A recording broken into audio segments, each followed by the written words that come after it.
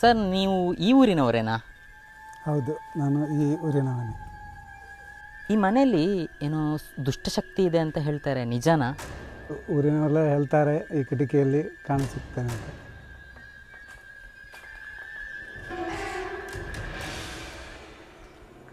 ಹೌದಾ?